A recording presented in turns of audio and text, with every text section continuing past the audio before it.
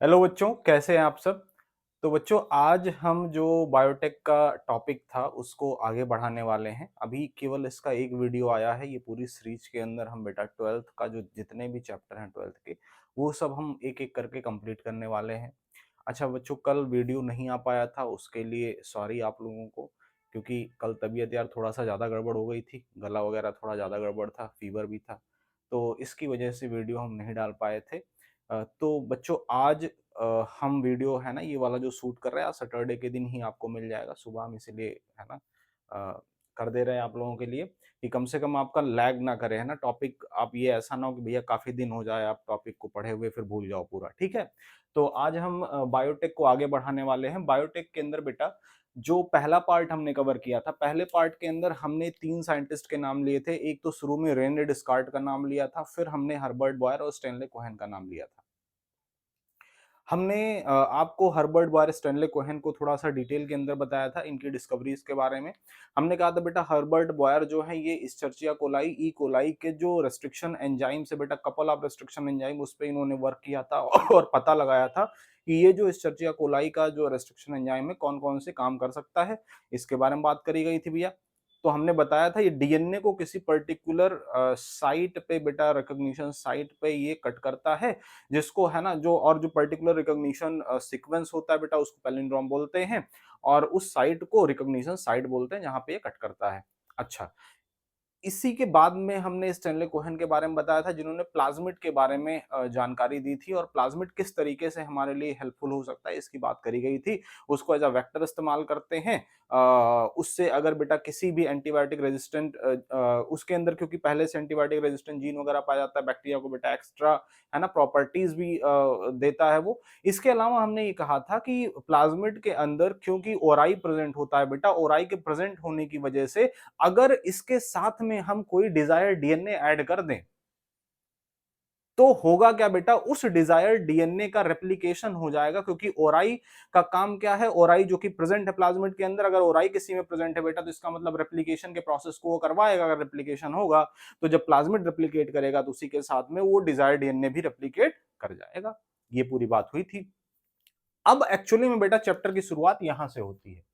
जो हम बात करने जा रहे हैं बेटा, पहला चैप्टर प्रिंसिपल एंड प्रोसेसेस की हम बात करने जा रहे हैं, है ना। Principle biotechnology, principle and processes के अंदर सबसे पहले हम समझते हैं एक्चुअली में बायोटेक है क्या।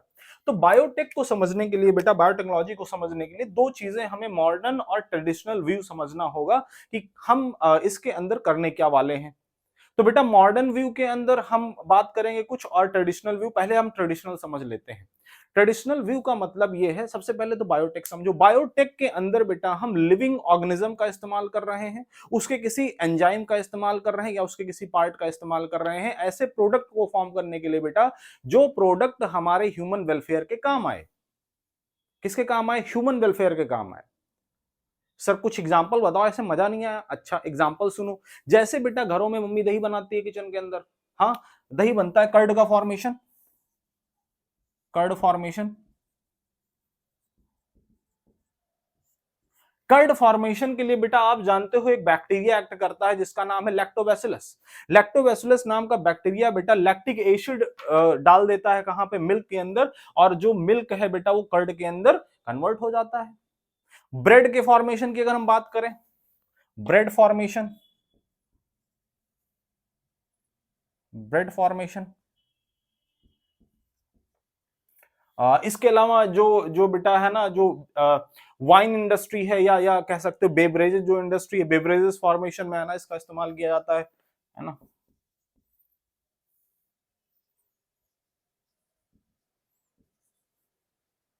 अलग अलग तरह के जो बेवरेज पेय पदार्थ हैं उनका फॉर्मेशन किया जाता है। लेकिन अगर ये स्मॉल स्केल पे फॉर्म किए जा रहे हैं बेटा, किस स्केल पे? इसका स्मॉल स्केल पे अगर फॉर्म किए जा रहे हैं, तो स्मॉल स्केल पे फॉर्म किए जा रहे हैं, तो यहाँ पे अलग से कोई टेक्नोलॉजी वगैरह और कोई मॉडिफाइंग ऑर्गेनिज्म का हमें इस्तेमाल नहीं करना है। ये जनरली आराम से हो जाएगा, घरों के अंदर हम इसको फॉर्म कर सकते हैं। लेकिन अगर इसी को लार्ज स्केल पे प्रोड्यूस करना हो, लार्ज स्केल पे प्रोडक्शन करना हो, और थोड़ा सा हमें और मॉडिफाइड प्रोडक्ट चाहिए हो, तो वहां पे हमें बेटा जो मॉडर्न तरीका है बायोटेक्नोलॉजी का उसको लगाना होगा। और उस मॉडर्न तरीके के अंदर बेटा हम ये कहते हैं कि हम जीएमओ का इस्तेमाल करते हैं। ये तो ट्रेडिशनल तरीका हो गया बेटा। ये कौन सा तरीका है? ट्रेडिशनल तरीका है। ट्रेडिशनल ट्रेडिशनल तरीका है। मॉडर्न वे के अंदर बेटा हम जीएमओ का इस्तेमाल करते हैं। किसका इस्तेमाल करते हैं? GMO. What is the meaning of GMO? GMO का मतलब genetically modified organism. Genetically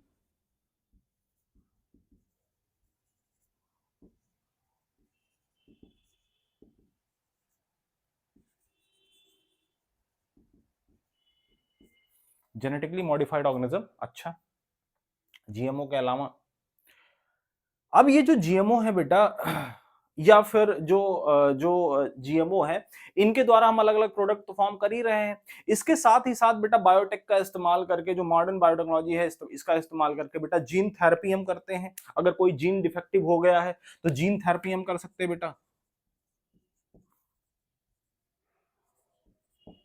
correction of gene. Vaccine वगैरह, अभी बेटा कोरोना महामारी चल रही थी, आप जान रहे हो, वैक्सीन का फॉर्मेशन किया गया था अलग अलग कंपनीज के द्वारा। अलग अलग वैक्सीन वो कैसे बनाई गई थी? इन्हीं मॉडर्न बायोटेक्नोलॉजी की मदद से। Vaccine formation,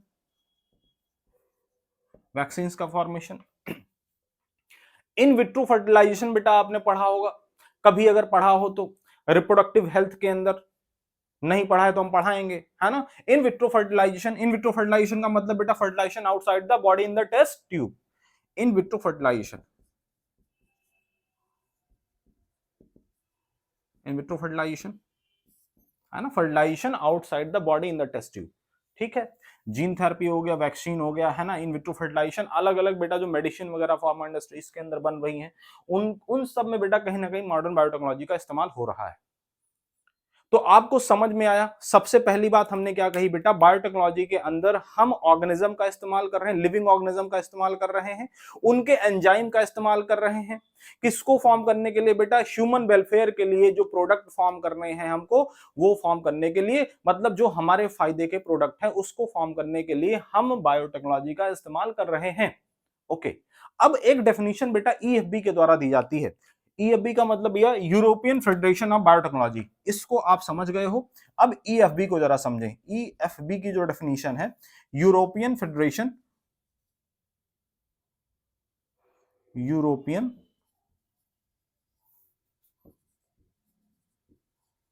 federation of biotechnology.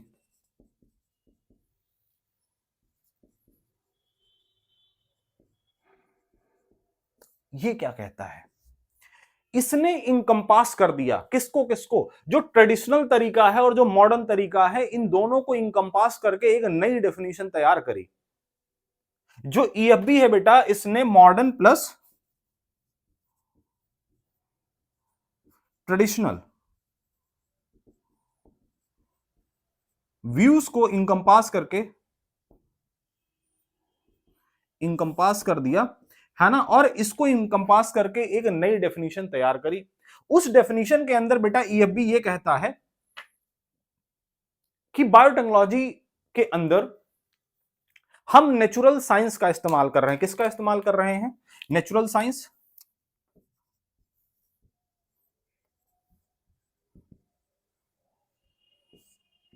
Plus organism, या ऑर्गेनिज्म का कोई प्रोडक्ट हो सकता है बेटा, ऑर्गेनिज्म, है ना, या फिर कोई, है ना, सेल हो सकती है इसकी, मॉलिक्यूलर एनालॉग हो सकता है।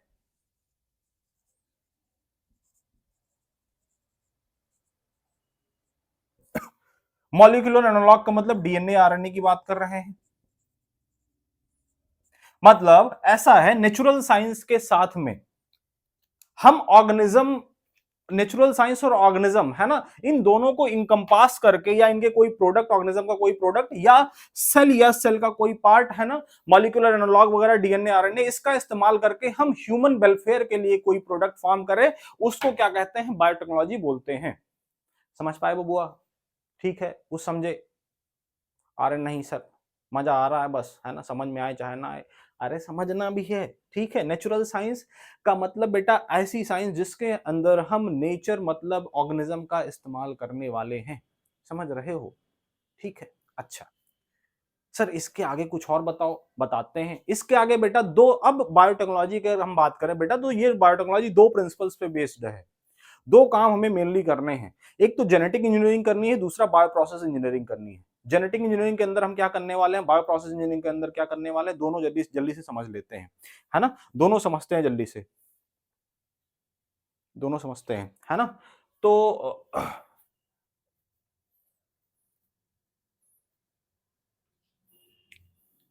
देखो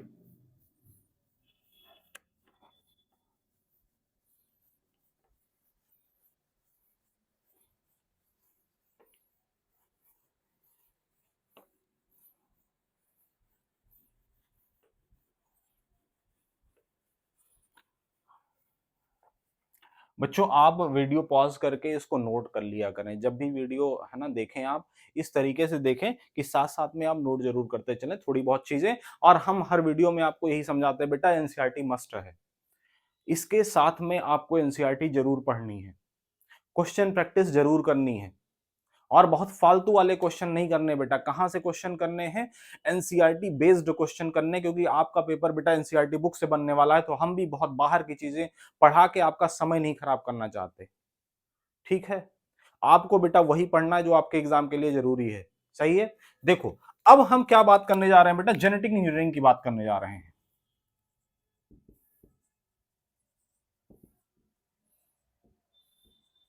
जेनेटिक इंजीनियरिंग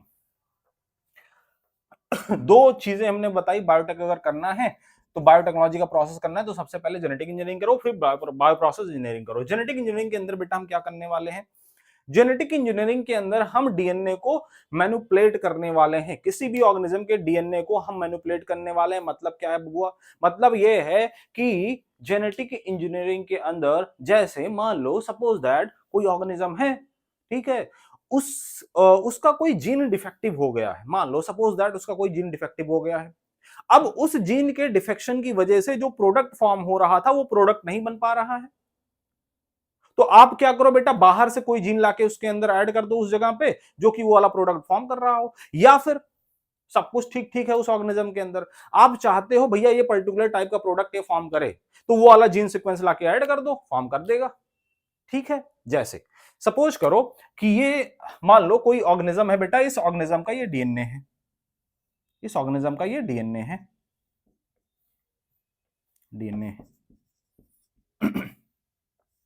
अब इस डीएनए से बेटा क्या बनने वाला है, डीएनए से हमेशा हम बात करते हैं आरएनए के फॉर्मेशन की, है ना। ये आरएनए बन गया मान लो, आरएनए के फॉर्मेशन की।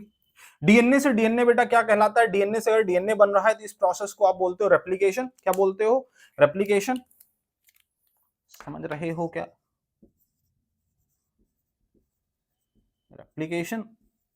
अच्छा, डीएनए से अगर एमआरएनए बन रहा है तो फिर क्या बोलते हैं बेटा, ट्रांसक्रिप्शन। अच्छा, एमआरएनए से अगर प्रोटीन बन रहा है तो फिर क्या बोलते हैं, एमआरएनए से अगर प्रोटीन बन रहा है तो क्या बोलते हैं बेटा, ट्रांसलेशन। क्या बोलते हैं, ट्रांसलेशन। और प्रोटीन से क्या बनता है, एंजाइम। इतना तो जानते होगे, हाँ जानते हैं सर, इतने भी बुद्धू थोड़ी ना है आप जितना समझते हो। अच्छा, मान लेते हैं तुम बुद्धू नहीं हो। सबस्ट्रेट से प्रोडक्ट, ये है सबस्ट्रेट और ये है प्रोडक्ट।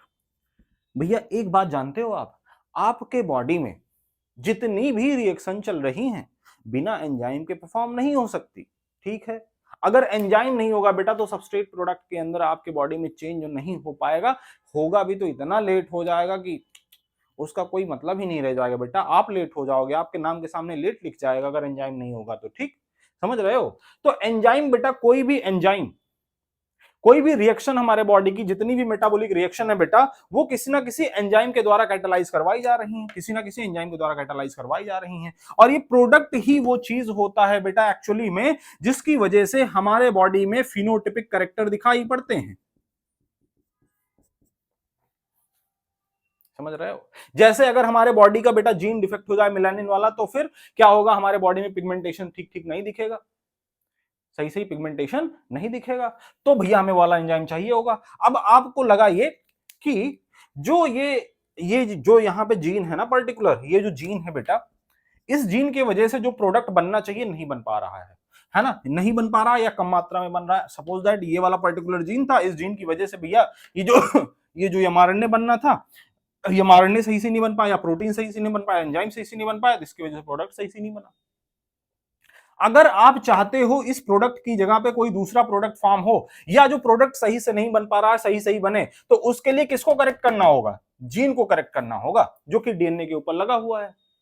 क्योंकि डीएनए से ही तो एमआरएनए, एमआरएनए से तो प्रोटीन, और उसी से तो एंजाइम बन रहा है। आप एंजाइम को करेक्ट नहीं करोगे, आप किसको करेक्ट करोगे? जीन को करेक्ट करोगे। जीन में करेक्शन से बेटा किस में करेक्शन हो जाएगा? प्रोडक्ट में करेक्शन हो जाएगा। क्यों? क्योंकि अगर जीन करेक्ट हुआ, एमआरएनए करेक्ट हो जाएगा, प्रोटीन करेक्ट हो जाएगा और एंजाइम करेक्ट हो जाएगा। ऐसा करते हैं कि हम क्या करते हैं भैया, अब हम तलाशने की कोशिश करते हैं कोई ऐसा ऑर्गेनिज्म जिस ऑर्गेनिज्म के अंदर वो पर्टिकुलर जीन सीक्वेंस प्रेजेंट है जिसकी वजह से बेटा ये प्रोडक्ट फॉर्म हो जाए। तो हमने ढूंढने की कोशिश करी। क्या ढूंढने की कोशिश करी? कोई फॉरेन जीन ढूंढने की कोशिश करी और देखा कि भैया एक कोई पर्टिकुलर ऑर्गेनिज्म है, इस पर्टिकुलर ऑर्गेनिज्म के अंदर कोई पर्टिकुलर जीन है, इस जीन के द्वारा वही प्रोडक्ट ऑर्गेनिज्म फॉर्म कर रहा है जो आप चाहते हो।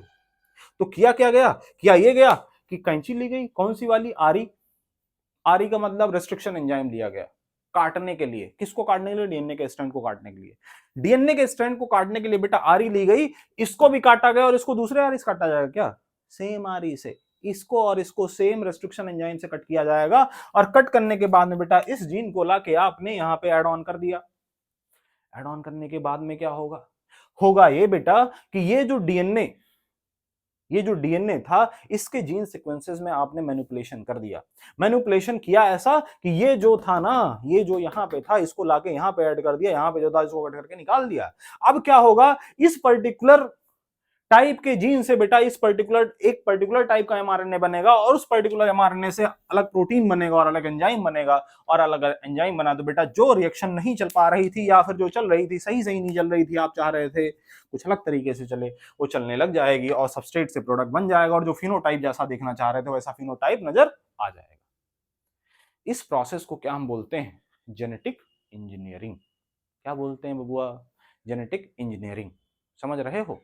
अच्छा, इसके बाद में हमें डिस्कस करना है बेटा बायो प्रोसेस इंजीनियरिंग। लेकिन मुझे लगता है आज के लिए इतना सफिशिएंट रहेगा। इतना सीखो, आराम आराम से लेके चलते हैं बेटा। लेक्चर की ड्यूरेशन हम बढ़ाएंगे, लेकिन आप पहले इतना झेलने लग जाओ। अगर आपको लग रहा है सर लेक्चर का ड्यूरेशन कम है, आप कमेंट सेक्शन के अंदर हमको बताना, हम लेक्चर का ड्यूरेशन इंक्रीज कर देंगे। लेकिन अभी के लिए इतना ही। Thank you very much.